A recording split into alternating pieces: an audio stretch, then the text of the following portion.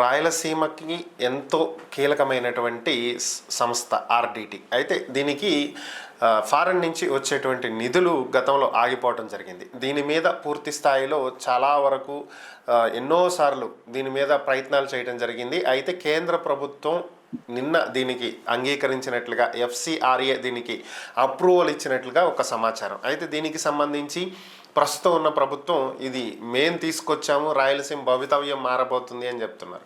గత ప్రభుత్వం చూస్తే ఇది మేము అప్పటి నుంచి పోరాటం చేస్తే ఇప్పుడు వచ్చింది, మీరు క్రెడిట్ చోరీ చేస్తున్నారని చెప్తున్నారు. మరి ఓవరాల్గా ఇక్కడ ఏం జరగబోతుంది, ఏం జరుగుతుంది, ఈ అంశాల మీద మనతో విశ్లేషించడానికి ప్రముఖ రాజకీయ విశ్లేషకులు పురుషోత్తం రెడ్డి గారు మనతో ఉన్నారు. ఆయనతో మాట్లాడదాం. నమస్తే పురుషోత్తం రెడ్డి గారు. నమస్తే సార్, ఈ ఆర్డిటికి సంబంధించినటువంటి అనుమతులు ఎఫ్సిఆర్ఏ అప్రూవల్ చేసినట్లుగా తెలుస్తుంది. కేంద్ర హోంశాఖ మంత్రి అమిత్ షా గారు దీనికి అంగీకరించినట్లుగా కూటమి ప్రభుత్వం చెప్తుంది. నిన్నటి నుంచి దీని మీద భారీగా ఒక చర్చ అయితే నడుస్తుంది.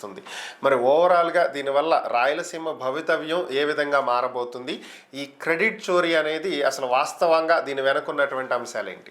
ఆర్డిటికి సంబంధించి రాయలసీమ ప్రస్థానంలో దానికంటూ ఒక ప్రత్యేక స్థానం ఉంది. గొప్ప వ్యవస్థ. పెరర్ గారు దాన్ని చూస్తున్నారు. ఒక రకంగా మిషనరీ స్వచ్ఛంద సంస్థ. రాయలసీమ కన్నా ముఖ్యంగా రాయలసీమలోని అత్యంత ఎనుగుబడిన ప్రాంతం అనంతపురం జిల్లా. అన్నిటికన్నా మించి రాష్ట్రంలో, దేశంలో కూడా తక్కువ వర్షపాతం, చాలా బాగా డ్రాట్ ఉన్నటువంటి ప్రాంతం అనంతపురం జిల్లా. చాలా తీవ్రమైన కరువుతో ఉన్న జిల్లా.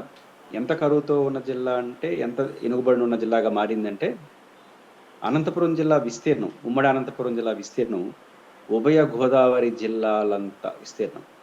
ఉభయ గోదావరి జిల్లాలు ఎంత విస్తీర్ణం ఉందో అంత విస్తీర్ణం అనంతపురం జిల్లా విస్తీర్ణం. ఒక జిల్లా విస్తీర్ణం 2 జిల్లాల విస్తీర్ణం అంత. కానీ ఉభయ గోదావరి జిల్లాలో ఒక జిల్లాలో ఉన్నంత జనాభా కూడా అనంతపురం జిల్లాలో. ఓకే, విస్తీర్ణం 2 జిల్లాలు, జనాభా అంటే అర్థం ఏంటి? అంత వెనుకబడి ఉందని అర్థం. అలాంటి ప్రాంతంలో ఆర్డిటి అనే సంస్థ ప్రారంభించి ప్రభుత్వం సైతం చేయలేనటువంటి గొప్ప సాయం ప్రజలకి, ముఖ్యంగా పేద ప్రజలకు, పేద ప్రజల అభ్యున్నతికి, రాయలసీమలో నీటి సమస్య కావచ్చు, అనేక విషయాల్లో రోజువారీ సాధారణ ప్రజలు ఎదుర్కొనే సమస్యకి వెలకట్టలేనటువంటి పాత్రను వాళ్ళు పోషించారు. ఒక రకంగా అనంతపురం జిల్లాలో ఈ కరువు సమస్యను ఎదుర్కోవడంలో ప్రభుత్వం కన్నా గొప్ప పాత్రను పోషించారు. అలాంటి ఆర్డిటి సంస్థకి విదేశాల నుంచి వారికి ప్రధానంగా డొనేషన్స్ వస్తుంటాయి. మిషనరీస్ కదా, ఇంటర్నేషనల్గా వస్తుంటాయి. ఎంత కాదు క్రిస్టియన్ మిషనరీతో రిలేటెడ్గా ఉన్నది. కారణాలు ఏమైనా ఈ క్రిస్టియానిటీ వాటనే పేరు పెట్టి సాంకేతిక అంశాల ఆధారంగా తీసుకుని కేంద్ర ప్రభుత్వం కొంతకాలం పాటు దానిపైన బ్యాన్ లాంటిది విధించినట్టుంది. విదేశాల నుంచి వచ్చే ఫండ్స్కి సంబంధించినంత వారు మేజర్ సోర్స్ విదేశాల నుంచి వచ్చేటివి. అది వ్యాపార సంస్థ కాదు. ఇప్పుడు ఒక ఫ్యాక్టరీ అనుకోండి, ఉత్పత్తి పెంచుకుంటాం. ఈ ఫ్యాక్టరీ మూసేస్తే పక్క ఒక ఫ్యాక్టరీ పెట్టుకుంటాం. అది ఉత్పత్తి సంస్థ కాదు. డొనేషన్స్ ద్వారా ఉన్నటువంటి గొప్ప వ్యవస్థ. డొనేషన్స్లో మేజర్ డొనేషన్స్ రాకపోతే ఆ సంస్థ ఎట్లా నడుస్తుంది? నడవలేదు. కాబట్టి విదేశాల నుంచి వచ్చే నిధులు డొనేషన్స్ పైన సరతో ఉండడం వల్ల వాటి యొక్క పని కుంటుపడిపోయింది. దానివల్ల దాని యొక్క రోజువారీ కార్యతగ్గే, అందువల్ల ప్రజలకు చాలా ఇబ్బందికర పరిస్థితి వచ్చింది. అంటే ఇక్కడ గమనంలో అది ఎంత గొప్పది ఆర్డిట్ అనడానికి ఒకే ఒక్క ఉదాహరణ. ఆర్డిట్ అనే ఒక సంస్థ యొక్క పని ఆగిపోతే అనంతపురం జిల్లా ప్రజల సమస్యగా మారిపోయింది.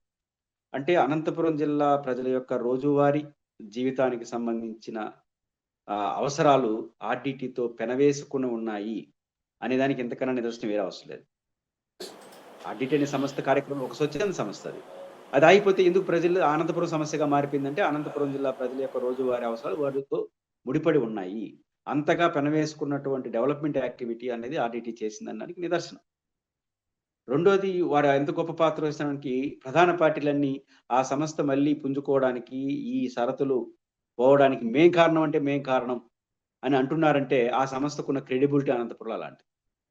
కాబట్టి ఈ పార్టీ ఆ పార్టీ వీళ్ళ అందరి పాత్ర కన్నా ఖచ్చితంగా తెలుగుదేశం పార్టీ వాళ్ళు కూడా అధికారంలో ఉన్నారు కాబట్టి బహిరంగ మాట్లాడకపోవచ్చు, కానీ వాళ్ళు కూడా మానసికంగా చాలా ఖచ్చితంగా ప్రయత్నం చేసినారు. వాళ్ళ ప్రయత్నం వాళ్ళు చేశారు. వైఎస్ఆర్ కాంగ్రెస్ పార్టీ ఓపెన్ గానే యాక్టివిటీ పిలిపించింది, ఆందోళనకు కూడా పిలిపించింది. ఖచ్చితంగా ఈ పార్టీ ఆ పార్టీ అంత సంబంధం లేకుండా అన్ని పార్టీల ప్రతినిధులు ఇది కావాలి, ఇది ఉండాలనుకున్నారు. అలా ఉండాలనుకుంటున్నారంటే ఆ సంస్థకు ఉన్న రిలేషన్స్ కారణం. కాబట్టి credit goes to RDT, no doubt at all. కానీ పార్టీలు ఎవరి పాత్ర వాళ్ళు పోషించారు. అందరిని అభినందించాల్సిన అవసరం ఉంది. కాకపోతే ఆ పార్టీలు నేర్చుకోవాల్సింది. ఇప్పుడు తెలుగుదేశం, వైసీపీ నేర్చుకోవాల్సింది ఒక అనంతపురం జిల్లాలో ఒక ఆర్‌డిటి అనే ఒక స్వచ్ఛంద సంస్థ తమ కార్యక్రమాలను చేయలేని పరిస్థితి వస్తే అతలాకుతలం అయిపోయిందంటే ఈ రాష్ట్రంలో ఇంతవరకు పరిపాలించోళ్ళందరూ తల దించుకోవాలి. ఎందుకని? అంత దారుణం ఆ అనంతపురం జిల్లా మౌలిక సమస్యలు మీరు పరిష్కరించలేదు కాబట్టి ఒక స్వచ్ఛంద సంస్థను కోరుకున్నారు. మీరు 2 పార్టీలు దీంట్లో పోటీ పడండి. ఇప్పుడు ఎవరిది దాని అక్కడ ఆర్‌డిటి లాంటి సంస్థ అనంతపురంకి అవసరం లేని పాలన అందించలేరా మీ ఇద్దరు కలుసుకుంటే? ఒక కు ఈ మనకు తుంగభద్ర నదీ జలాలను గాని అనంతపురం జిల్లాకంతా అందిస్తే ఆర్‌డిటి అవసరం లేదు.